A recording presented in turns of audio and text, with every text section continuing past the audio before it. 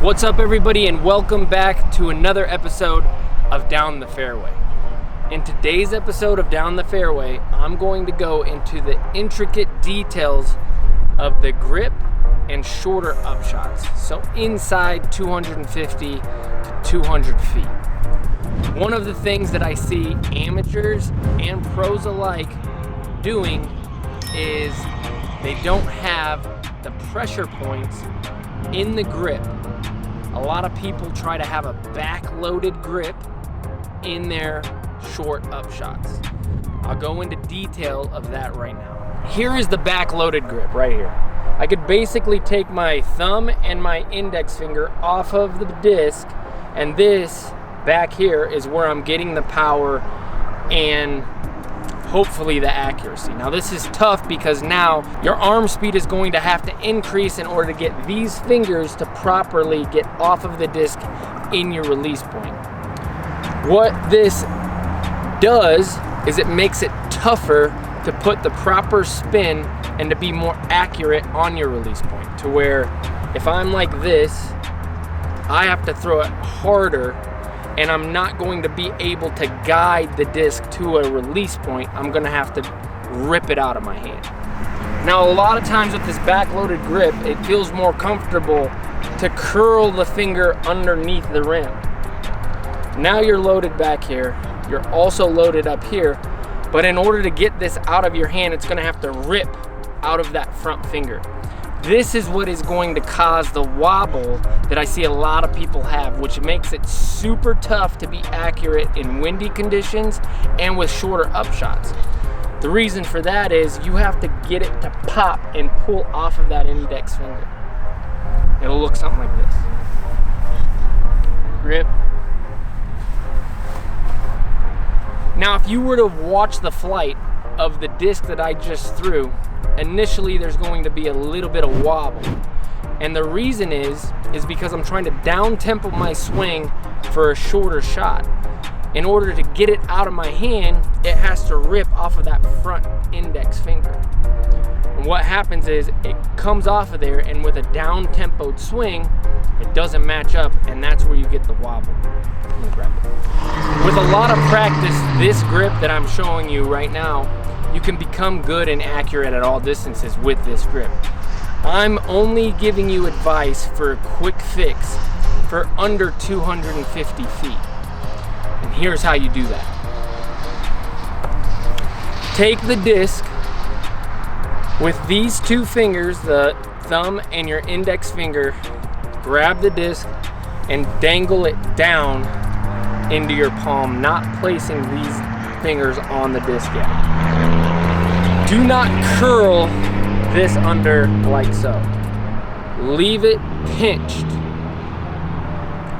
to where the pressure is now front loaded. Now, the reason this is so important is now when I reach back, I basically could throw this disc pinching, not curling, from back, and now I'm pulling from the back side of the disc and I'm putting natural rotations on.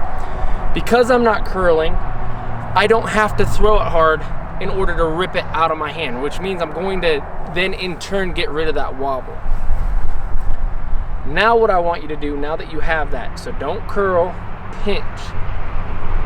Now I'm gonna place these discs just like you would with the other grip, and they just now sit on the flight plate. Now the pinky curls on the inside of the rim. Keeping this front-loaded grip, most of my pressure is here. What this does now is now I'm able to pull and release where I want.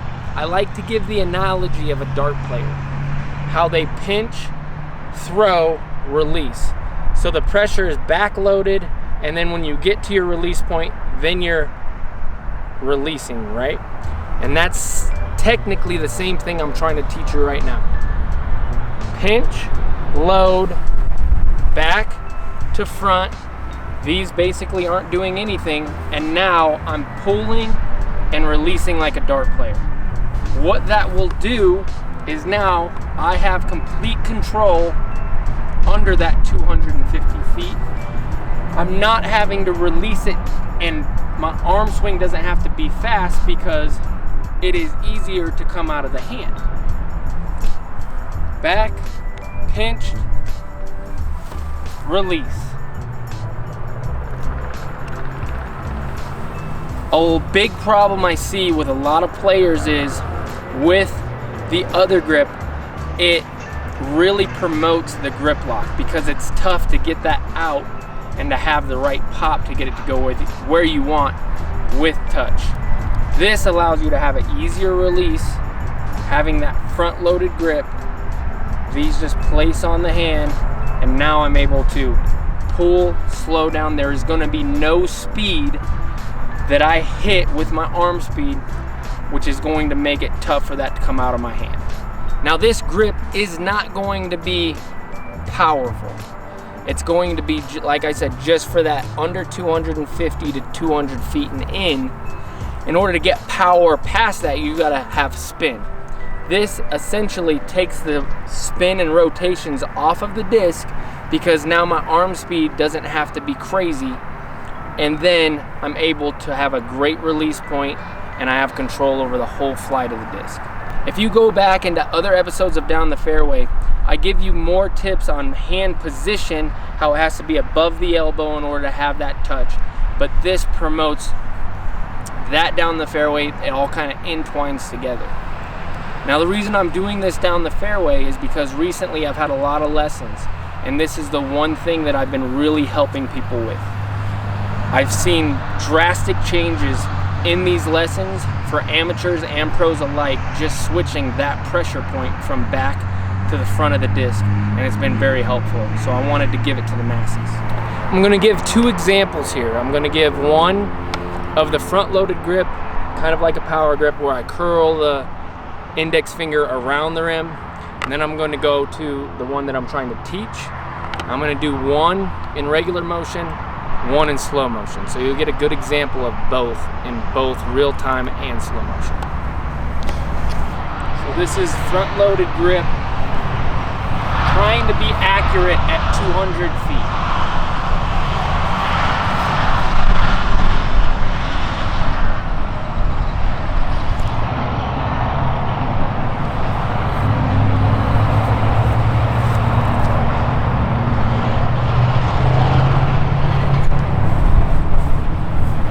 Now notice how the first one, because of all the rotations and the little bit of wobble, I have a slight headwind here. It wanted to turn over, it came out faster, and I didn't have the accuracy that I needed. With the second one, it was slower, it matched my arm speed, and it held in the wind real nice. It didn't try to turn over, there was way less wobble, and I felt way more in control.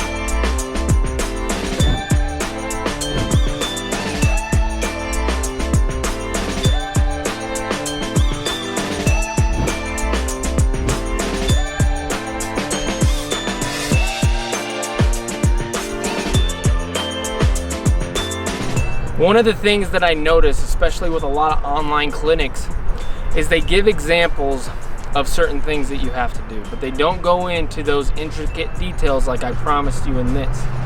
And one of those things is pressure.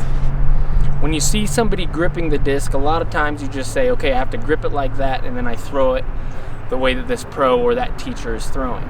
The one thing that I notice they don't go into is exactly where those pressure points are on the grip.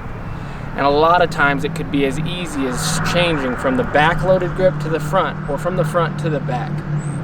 That's why I wanted to do this clinic for you guys, is to give you those examples, to kind of dive a little bit deeper into those details, and hopefully that will help you at home.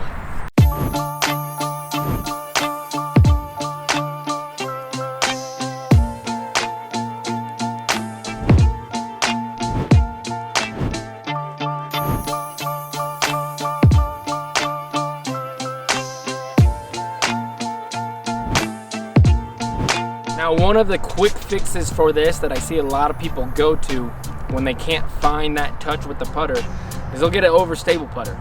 And this is just a band-aid for what you're doing wrong.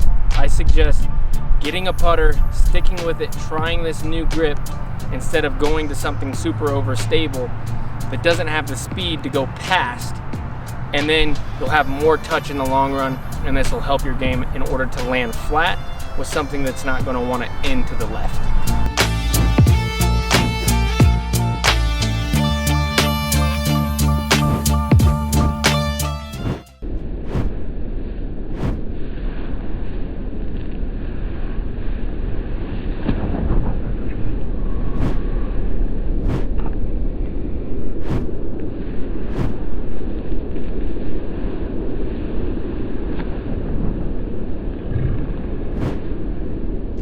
I like a mushroom, but I'm a fun guy most of the time. I like to have a good time, not a bad time.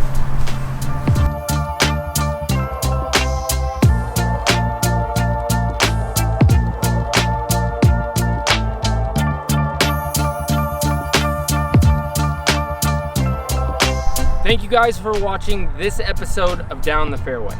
Remember to like, subscribe, leave a comment in the section below. And as always, I'll see you down the fairway.